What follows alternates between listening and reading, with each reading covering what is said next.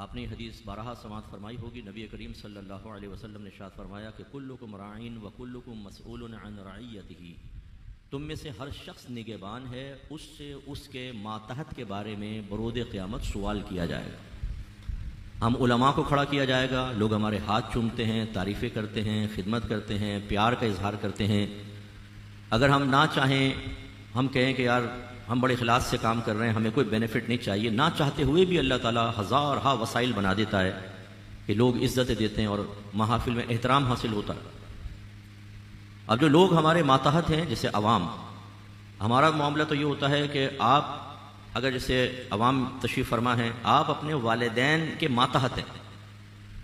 آپ کے والدین آپ پر فوق ہیں، لیکن علماء کا معاملہ یہ ہوتا ہے کہ اگر سامنے والد بیٹھا اور بیٹا دونوں پر عالم فوق ہے، یہ ان کے ماتحت ہیں،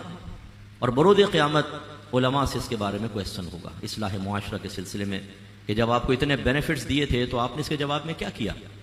جیسے وہ مسلم کی ریاکاری سے متعلق ایک معروف حدیث ہے کہ 3 اشخاص سب سے پہلے اللہ تعالیٰ کی بارگاہ میں حاضر کیے جائیں گے، جن میں ایک سخی شہید ہوگا، دوسرا عالم و قاری ہوگا اور تیسرا شہید ہوگا۔ تو حدیث میں یہ ہے کہ جب اللہ تعالیٰ سب سے پہلے شہید کو بلوائے گا تو اس سے نعمتوں کے بارے میں پوچھے گا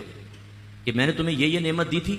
وہ اقرار کرے گا۔ پھر اللہ جواباً پوچھے گا یہ بتاؤ تم نے اس نعمت کے جواب میں کیا کیا کیا، ان نعمتوں کا کس طرح شکریہ ادا کیا۔ تو پھر وہ تینوں امتحان میں فیل ہوں گے۔ ایک کہے گا اللہ تعالیٰ میں شہید ہوا، دوسرا کہے گا میں نے علم سیکھا، قرآن پڑھا، علم سکھایا، قرآن سکھایا، تیسرا سخی کہے گا بہت خرچ کیا۔ اللہ تعالیٰ تینوں سے فرمائے گا تم جھوٹے ہو، تو نے اس لیے جہاد کیا تاکہ تجھے شہید کہا جائے، تو اس لیے عالم یا قاری ہوا کہ تجھے عالم یا قاری کہہ دیا جائے، تم نے اس لیے پیسہ خرچ کیا کہ تمہیں سخی کہہ دیا جائے، اور وہ کہہ دیا گیا۔ رحمت کونین صلی اللہ علیہ وسلم فرماتے ہیں کہ ان کو منہ کے بل گھسیٹ کے جہنم میں پھینک دیا جائے گا۔ تو جہاں اس سے ریاکاری کے بارے میں ہمیں خوف محسوس کرنا چاہیے کہ جو عمل اللہ کی رضا والا ہو اسے